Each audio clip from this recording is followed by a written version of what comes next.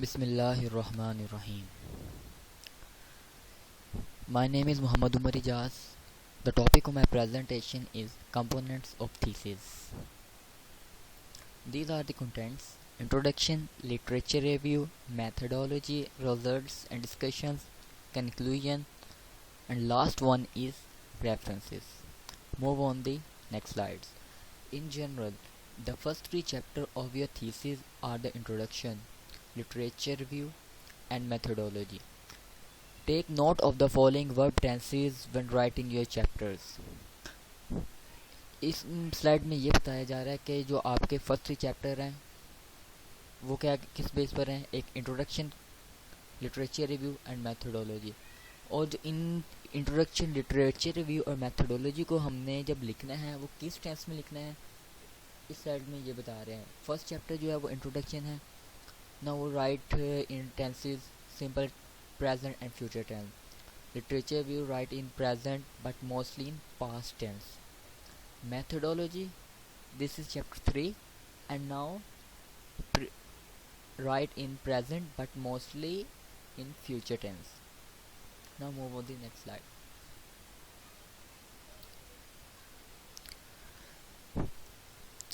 Introduction. The first chapter of a thesis consists of several subheadings or sections. Introduction में क्या है, इसमें सब हेडिंग्स हैं कुछ जिनको हम डिस्क्राइब करेंगे।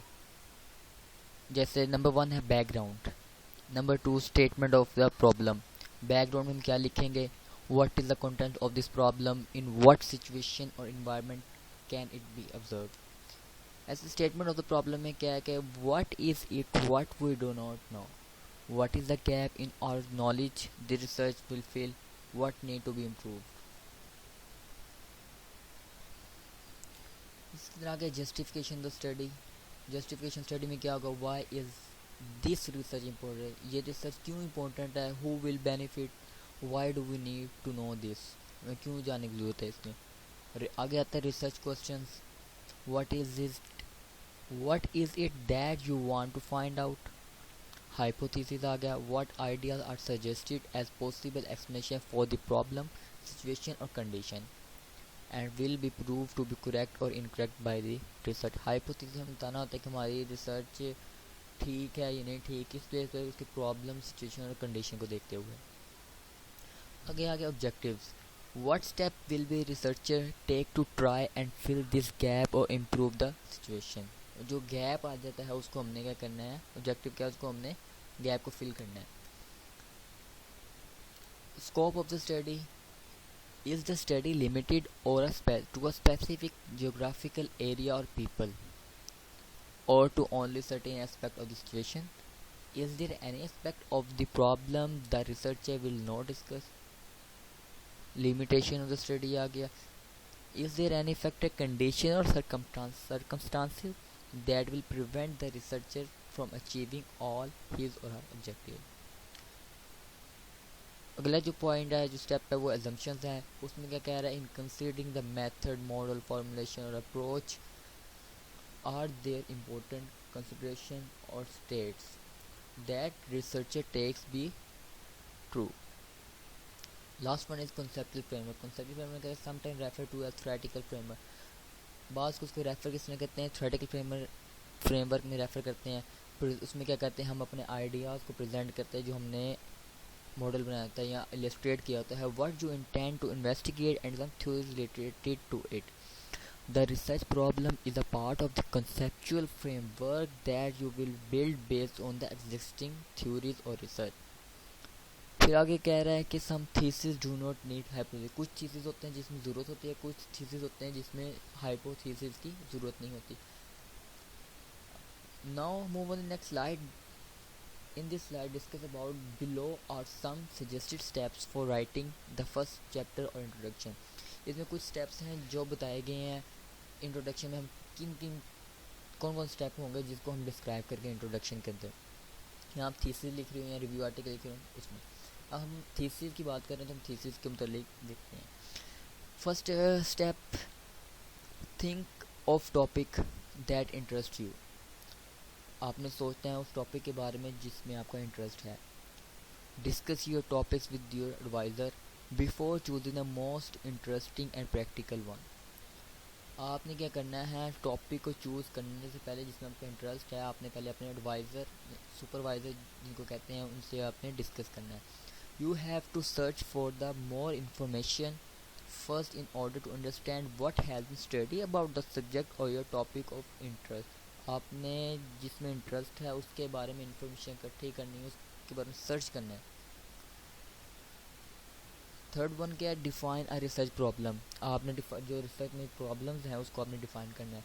बिफोर यू कैन फॉर्मुलेट और define the appropriate research question you need to be familiar with your topic और current trend, the research advance और topic. A pilot study or feasible study can be done before the actual research process. Fifth one, research questions should be developed keeping in mind time constraint. Can these be answered by only one study or several study? जो research questions होंगे उनको आपने mind में रखना है, उस हिसाब से आपने चलना है. आगे आगे hypothesis can be developed from the research questions. Designing a hypothesis is supported by a good research question and will be influence the type of research design for the study. Seventh point, the development of the research objective can be done after the development of the research question or hypothesis. इसमें कह रहा है कि development of the research objective done कब होगा, development of research question और hypothesis के done होने के बाद. एट्स में आपको बता रहा है कि आपने जो साइटेशन और रेफरेंसेस करने हैं वो किस फॉर्म में करने हैं और कैसे करने हैं. उस कह रहा है do not forget to cite current और relative work of other author and try to use the different technique and incorporate other author ideas in your writing, summarising, paraphrasing and directly quoting the search. This should be applied all throughout the paper. इसमें ही बता रहा है कि हमें पूरे through out paper में क्या करना है, साइटेशन जो होनी है वो नेम ये सिस्टम के तहत रखनी है और जो रेफरेंसेस होंगे उसका स्टाइल आपने APA स्टाइल रखना है throughout the paper. Now move the next slides. Now I will discuss about literature review. In this chapter you need to write an introductory paragraph और paragraph that show the following. इस chapter में क्या करेंगे, जो introduction लिखेंगे, हमें जिसकी ज़रूरत है इंट्रोडक्शन लिखेंगे, उसमें कुछ चीज़ें हैं जो हमने अपने माइंड में रखनी है और उसको माइंड में रखते हुए लिखनी है. What that topic is about, number 1.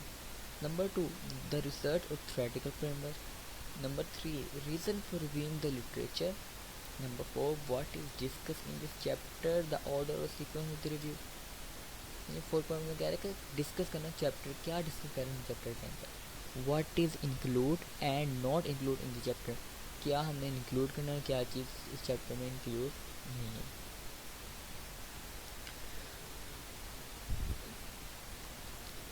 The second part is the body. The following are some elements that can be included in the second part of the literature review chapter. Discuss with your advisor to finalize the section and subheading. जो पहला part था literature review का, उसमें हमने introduction के बारे में बताया, वो पार्ट 1 था, यानी लिटरेचर रिव्यू की बॉडी 1 थी. और सेकंड पार्ट जो है, इस जो बॉडी लिटरेचर रिव्यू की जो बॉडी है उसका सेकंड पार्ट ये है, उसमें हम क्या करेंगे, अपने सुपरवाइजर से डिस्कस करेंगे. डिस्कस करने के बाद कि हम क्या फाइनल करेंगे, हेडिंग और सब हेडिंग उसके अंदर जो लेके आनी है वो हम अपने सुपरवाइजर से पूछ के उससे डिस्कस करके करेंगे. वो क्या पॉइंट्स हैं, now discuss about these points. Number 1, a general view of the literature being reviewed to the specific focus of your research. आपका जो specific focus होगा अपने रिसर्च पर होगा. The relationship between your chosen topic and the wider subject area, for instance between obesity in children and obesity in general. Between perspective of risk in communities and disaster resilience. 3, organization of the literature. की organization literature होगी according to subtopics और common theme. Subtopics पर होगी. Subtopics में क्या क्या चीज़ें आएंगी, हिस्टोरिकल बैकग्राउंड, मैथडोलॉजीज और हाइपोथेसिस और models. Popular views versus other views, major question presented, general conclusion made by authors.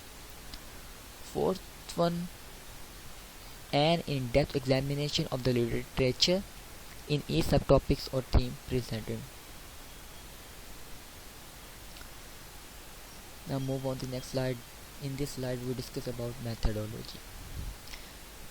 This chapter presents your research design which describe and justify the method that will be used to collect your data. इस chapter में आप जो आपने जो research की है और research के लिए डाटा कलेक्ट किया उसके बारे में आप डिस्क्राइब करेंगे. It should be well developed in order to obtain all the information required to answer your research question, test a theory or explain a situation relevant to the main aim of the thesis in research. Start this chapter with a short introduction to your research design. जब आपने इस chapter को start करना है इस chapter के methodology का जब इंट्रोडक्शन देना है वो आप किससे करेंगे, जो आपने रिसर्च की उसके बारे में शॉर्ट इंट्रोडक्शन बताएंगे. In this section the research question hypothesis and objective must be presented. इस सेक्शन में क्या करेंगे आप, रिसर्च क्वेश्चंस, हाइपोथेसिस, ऑब्जेक्टिव आप प्रेजेंट करेंगे. An overview of the research approach and the technique measurements that will be used to analyze data are also included in the introduction. और इसी introduction में आपने जो भी मेजरमेंट्स की होंगी या कोई टेक्निक यूज़ की होगी डाटा को एनालाइज करने के लिए वो भी हम मेथोडोलॉजी के इंट्रोडक्शन में ही बताएंगे. The next part of this chapter और द बॉडी. इस चैप्टर के जो आगे हम बताएंगे इंट्रोडक्शन बता दें हमने छोटा सा, उसके बाद हम क्या कहेंगे, कंसिस्ट ऑफ सम और ऑल सेक्शन शोन बिलो. कुछ सेक्शन जो कि हमने शो बिलो करने. Each section should be, her section जो कि अगर डिस्क्राइब करेंगे एक्सप्लेन करेंगे डिटेल के अंदर. Discuss with your advisor for additional section subheading for each section और मोर अप्रोप्रिएट स्ट्रक्चर. अपने सुपरवाइज़र से डिस्कस करके अगर ज़रूरत हो तो और हेडिंग्स वगैरह ऐड करने की तो कर दें. Now move on the next slides. अब वो क्या होंगे हमारे पास points, study area, sampling, method of data collection, primary and secondary data, variables, measurements and scaling techniques, processing and data analysis, ethical consideration, timelines, research budget. उसके बाद हमारे पास आते हैं जब हम मेथोडोलॉजी लिख ली उसमें स्टेप्स सारे डिस्क्राइब कर लिए. उसके बाद हम बताएंगे कि हमारे रिजल्ट्स एंड डिस्कशन, रिजल्ट्स क्या है और उसको हम डिस्कस कैसे करना है. First of all, discuss about the results. Answer to the research question which are generated from the collected data. In this section, evidence is presented through graphic or textual form organized in subsection. Your opinion should be included when presenting the data. इसमें यह है कि जो आपने result निकाले हैं उसमें आपने अपने ओपिनियन देने, जो रिज़ल्ट लिखने हैं एग्जैक्ट वही रिज़ल्ट आपने इसमें शो करने हैं. Descriptor of frequency, statistical result of all variable must be reported first before specific statistical test. Statistical test से पहले आपने क्या करना है, उस रिज़ल्ट के बारे में रिपोर्ट करना है. उसके बाद हम डिस्कस करेंगे डिस्कशन में क्या आता है. डिस्कशन में आता है explain the meaning of the result present in specific section and link them to previous research study. It explains why the findings are weak, strong or significant and their limitation. A further review of the literature might be required to enhance discussion of it. Now move on the next slide. In this slide we discuss about conclusion. Conclusion के बारे में दो scientist हैं, उन्होंने ये suggest किया था. एक हॉपकिंस और एवरेंस.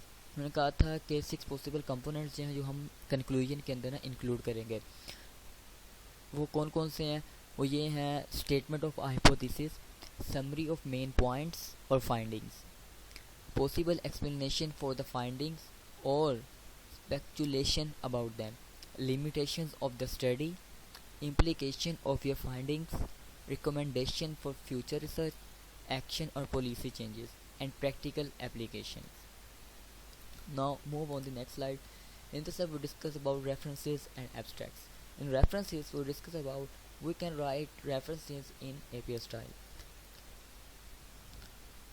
First we write reference style. In reference style, entries in the references listed are arranged in alphabetical order by the last name of the first author followed by the initial of the author first name. इसमें ही कह रहा है कि जो हमने APA style में लिख लिया उसके बाद जो हम रेफरेंसेस लिखेंगे ना, एक तो APA स्टाइल में होगा, दूसरा ये कि जो ऑथर का फर्स्ट नेम हो लास्ट नेम होगा वो हम पहले लिखेंगे और जो फर्स्ट नेम होगा वो हम बाद में लिखेंगे.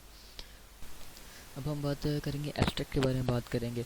एब्स्ट्रैक्ट में ये होता है कि एब्स्ट्रैक्ट तो देखे तो स्टार्ट में होता है बिल्कुल, लेकिन ये है कि ये लिखा सबसे एंड पे जाता है, क्योंकि जब हम पूरा थीसिस लिख लेते हैं या पूरा थीसिस लिख लेते हैं तो उसके बाद हम ये एब्स्ट्रैक्ट लिखते हैं। एब्स्ट्रैक्ट किस फॉर्म में लिखा जाता है? It is written in the form of a summary describing briefly the research problem, the aim of the research, the method used to achieve them, and the main findings and conclusion। ये इस form में हम लिखते हैं। उसके बाद हम जो एब्स्ट्रैक्ट लिखते हैं वो बहुत शॉर्ट सा लिखते हैं, अप्रोक्सीमेटली 1 to 2 पैराग्राफ्स।